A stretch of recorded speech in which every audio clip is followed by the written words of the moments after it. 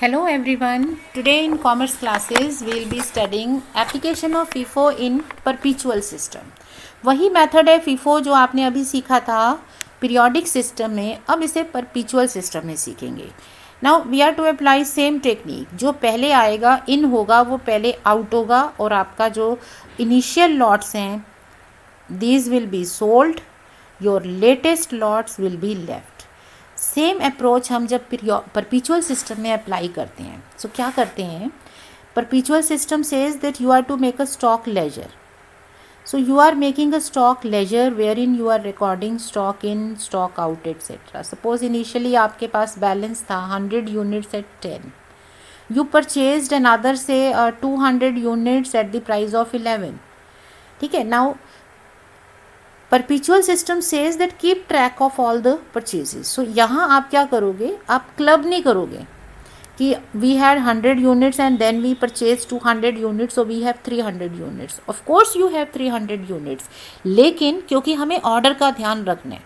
Order है ना, आपका जो लॉट पहले आ रहा है वो पहले आउट होना चाहिए. सो यहाँ आप बैलेंस जो लिखोगे it will be written perfectly in order. This is your first lot, this is your second lot, दोनों लॉट लिखो. Suppose you purchase another thing. मान लो आपने यहाँ पे 500 यूनिट्स बाय किए से at 12 rupees. So you write all order, first lot, second lot and third lot. You are to record everything in order. Now if you sell say 400 units, okay, you are selling 400 units, so now you are to record it here in the stock out column. यहाँ लिखने. So क्या pricing होगी इसकी? Since you have 3 lots with you, 1 2 3, FIFO method says first in first out. So सबसे पहले वाले को out कर दो. सो 100 यूनिट्स 10 रुपीज़ वाले आउट, मतलब सेल हो जाएगी. उसके बाद नेक्स्ट लॉट को सेल करो. स्टिल आपका कवर अप हो रहा है. ये अभी भी यू नीड टू सेल 100 मोर. 400 की सेल की है ना, तो अब कौन सा लॉट यूज़ करोगे, दिस लॉट. इसमें से 100 सेल हो जाएगा और 400 आपके पास बच जाएगा. So this is how we will be working on this. Okay. So same approach है, फर्स्ट इन फर्स्ट आउट है, बट नाउ हम सारे लॉट्स को अपने बैलेंस में ऑर्डर में रखेंगे और उसी ऑर्डर में उनको स्टॉक आउट की प्राइसिंग में यूज़ करेंगे.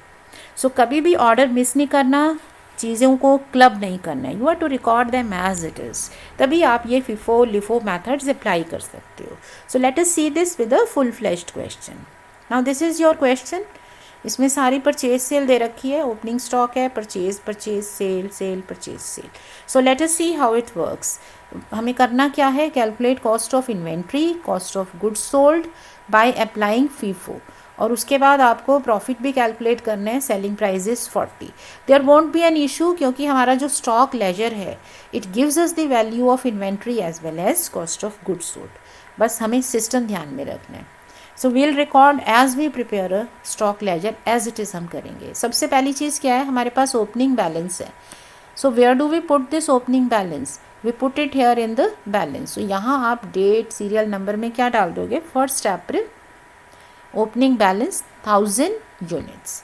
नेक्स्ट यू परचेज्ड 500 यूनिट्स, तो ये अगला लॉट हो गया आपके पास. No when you record purchases here, ये परचेजेस आ गए. 1000 यूनिट पहले से हैं, 500 यूनिट्स और बाय किए, टोटल हो गए 1500 units. But shall we be clubbing, no, क्योंकि हमें वो पाइप का ध्यान रखना है. स्टॉक इन स्टॉक आउट जो आ रहा है पहले वो जा भी रहा है. सो आपको ऑर्डर एज इट इज़ रखना है. सो ऑर्डर में क्या है, पहला लॉट नंबर 1, नेक्स्ट लॉट उसके पीछे. तो ये जो पहले था ना उसका ऑर्डर वही रखना है. ये लेटेस्ट है, इसको पीछे लिखेंगे. ये गलती नहीं करनी, नहीं तो सिस्टम में आपका क्वेश्चन में आंसर, इसमें सॉल्यूशन गलत होंगे. Next you have another lot being purchased, तो वो स्टॉक इन में आ गया, यहाँ आ गया. अब क्या करें, this is your next lot. So जब आप बैलेंस लिखेंगे आप लिखेंगे दीज 2 फर्स्ट, उसके पीछे इसको लगा दोगे, ये नेक्स्ट लॉट हो जाएगा. ठीक है ना. ये 2 लॉट पहले से थे, ये लिख दिए. अब ये इसके पीछे चलेगा, इसके आगे आएगा, यहाँ पे नेक्स्ट लॉट आ गया. So this is your balance. ऐसे आपका बैलेंस आ गया. Next is sale of 1200 units. So how will you sell, अब ये जो 1200 यूनिट्स है किस में से सेल करोगे? फर्स्ट इन फर्स्ट आउट, पहले आएगा पहले जाएगा। सो फर्स्ट लॉट को पहले सेल करो।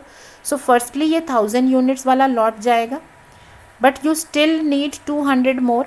टोटल तो आप 1200 सेल कर रहे हो। सो बाकी के 200 कहाँ से निकलेंगे? इस लॉट में से। सो नेक्स्ट लॉट में से 200 will be sold and 300 will be left. तो ये परफेक्टली अंडरस्टैंडिंग बेस्ड है। फर्स्ट लॉट फुली गॉन, ये चला गया, आउट हो गया, ख़त्म यहाँ से। नेक्स्ट लॉट में से 200 यूनिट्स आपने और सेल कर दिए बिकॉज टोटल 1200 है। ओके, सो यहाँ इसमें से 200 अगर चला गया, 300 लेफ्ट है। सो क्लोजिंग बैलेंस क्या हो गया? First lot fully gone, second lot में से 300 यूनिट्स आर लेफ्ट और लास्ट लॉट अभी पूरा बचा हुआ है। Next transaction is again sale of 500 units. How will you do this now? We know 500 units ये कैसे बनेंगे? फर्स्ट लॉट जो है उसे पहले आउट करना है। सो 300 units from this will be gone fully, but you still need 200 मोर। सो इस लॉट में से 200 ड्रॉ करोगे, 200 इधर चला जाएगा जो सेल हो जाएगा, और बाकी जो बैलेंस है वो कितना होगा? 700 यहाँ बैलेंस में रिफ्लेक्ट करेगा। So first lot fully gone, next lot में से 200 यूनिट्स, इस लॉट में से 200 यूनिट्स निकाल लिए, 700 यहाँ पे क्लोजिंग बैलेंस बच गया। So this is fully gone. 900 की स्प्लिटिंग हुई, 200 की sale, 700 units left. Next you have another purchase of 400 units. Now when you purchase this, you just have this lot with you. So now you have these two in order. इसी order में इनको लिखना है। Next you have sale. So sale कैसे आएगी? 500 units की sale है। Your first lot is sufficient for this sale. So इसमें से 500 की sale कर दोगे, सेल के बाद भी 200 यूनिट्स बच जाएंगे। सो फर्स्ट जो है इस लॉट की प्राइसिंग की, बैलेंस में क्या आ गया? 200 which you are left from this, then this next lot is fully left with you. So total करो सबका। So this is total purchase, this is cost of goods sold and this is your closing stock. So this way you will answer it. Solution, closing inventory हो गई 600 units, pricing हमने calculate की है, cost of goods sold आ गया। Profit कैसे आएगा? Sales minus cost of goods sold. तो यूनिट सोल्ड हमें पता है 40 रुपीज़ पे उसको लिया, minus cost of goods sold, that will give you the profit. So I hope this is clear to you. Now you see perpetual system is now I hope clear, but usually आपके exams में क्या है, periodic और perpetual दोनों की working आती है। सो आपका जो क्वेश्चंस हैं, they don't give you 2 questions, वो एक ही क्वेश्चन देंगे, इसी को परपेचुअल से करो और अब इसी को पीरियोडिक से भी कर दो। सो समटाइम्स परपेचुअल जैसा क्वेश्चन ही पीरियोडिक में आ जाता है। सो अब पीरियोडिक में क्या करेंगे? देखो ये है आपके पास question. Okay, so you just measure the quantities first. So सबसे पहले हमें क्लोजिंग स्टॉक को मेजर करना है। क्लोजिंग स्टॉक कितना होगा? आप इसको डायरेक्टली मेजर कर सकते हो। You have 1000 units with you, opening stock. Purchase कितना किया? 500, 900 एंड 400। तो कितना परचेज हो गया? 1800 यूनिट्स परचेज कर लिया। माइनस यूनिट सोल्ड कितने हैं? 1200, 500 एंड 500, 2200।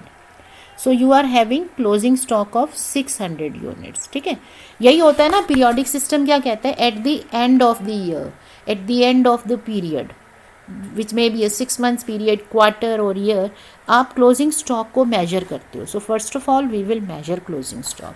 अब ये क्वेश्चन हमने कैसे फ्रेम कर लिया है? हमने इसे पीरियोडिक की शेप दे दी है। पीरियोडिक की शेप कैसे देते हैं? सेल्स हटा देते हैं। पीरियोडिक सिस्टम कहता है कीप ट्रैक ऑफ परचेजेस। तो ये परचेज के you have 1, 2, 3, 4 lots. Now at the end of the year closing stock measure किया, क्लोजिंग स्टॉक आ गया आपका as I have explained 600 units. अब इसकी वैल्यू कैसी होगी? First in first out. तो क्लोजिंग स्टॉक कहाँ से बचना चाहिए? Latest lot. This is your latest lot. So इस लॉट में से आपका क्लोजिंग स्टॉक बच जाएगा, but your closing stock is of 600 units. ये तो 400 ही है, तो 200 और कहाँ से लेके आओगे? इससे पिछला, इससे पीछे ये लॉट था। सो 200 units from this will be left. So these two will make up 600 units of closing stock. So closing stock will be 200 units priced at 32 and 400 units priced at 35. So that will be your value of closing stock. Now cost of goods sold, formula भी लगा सकते हैं, but why to go for that जब हमें पता है since this is the quantity we are left with, so what is out? This lot is fully gone, this lot is fully gone.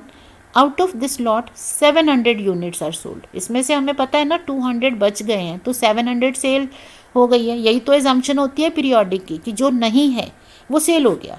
सो 900 में से अगर 200 बचे हैं, 700 सेल हो गया. सो cost of goods sold easily calculate हो जाएगी. I am showing formula just to tell you कि फॉर्मूला करो या डायरेक्ट करो, आंसर सेम आते हैं. ठीक है, प्रॉफिट आ जाएगा. सो आई होप सेम क्वेश्चन जो है आप पीरियोडिक परपीचुअल दोनों से करके सॉल्व कर सकते हो. Now sometimes our answer matches, sometimes our answer is not matching. आपके पीरियोडिक में, परपीचुअल में और फीफो में, लिफो मेथड में डिफरेंट रिजल्ट्स आएंगे एंड दैट इज़ फाइन, क्योंकि हम डिफरेंट मेथड अप्लाई कर रहे हैं, हमारे आंसर डिफरेंट हो सकते हैं. बट येस, अगर आप फीफो अप्रोच अप्लाई कर रहे हो पीरियोडिक सिस्टम में, so whether you are solving the question और anybody else is solving the question, उस चीज़ का सेम आंसर आएगा. FIFO in periodic, FIFO in perpetual. But FIFO जब पीरियोडिक और परपीचुअल में आप दो मेथड खुद अप्लाई कर रहे हो, दोनों में आंसर अलग आ सकते हैं. सो करने वाले पे डिपेंड नहीं करता, मेथड पे डिपेंड करेगा. मेथड्स में गिव यू डिफरेंट आंसर्स. इसीलिए जब हम अकाउंट्स में पढ़ते हैं ना कि in order to make our statements objective, हमें अपने अकाउंटिंग स्टैंडर्ड्स को फॉलो करना होता है.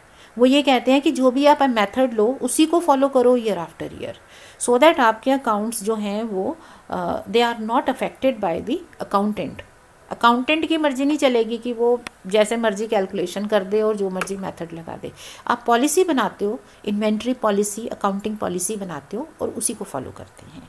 सो I hope this is clear. This is another question. ये एक और क्वेश्चन है, परपीचुअल सिस्टम का क्वेश्चन है. So you can solve this using FIFO approach and you can check your answers. Now एक चीज़ let me tell you here, जब sale दे रखी है, सेल के साथ प्राइस दे रखा है, तो ये सेलिंग प्राइस होता है. प्लीज़ इसे कॉस्ट मत ले लेना, ये सेलिंग प्राइस है. ठीक है, हम स्टेटमेंट बनाते हैं कॉस्ट प्राइस पे, सेलिंग प्राइस का हम यूज़ करते हैं when we are calculating gross profit. So considering this, you can solve this question, you can verify your answers. If you have any queries और doubts, you can approach me through the comment section. So that is it. Thank you.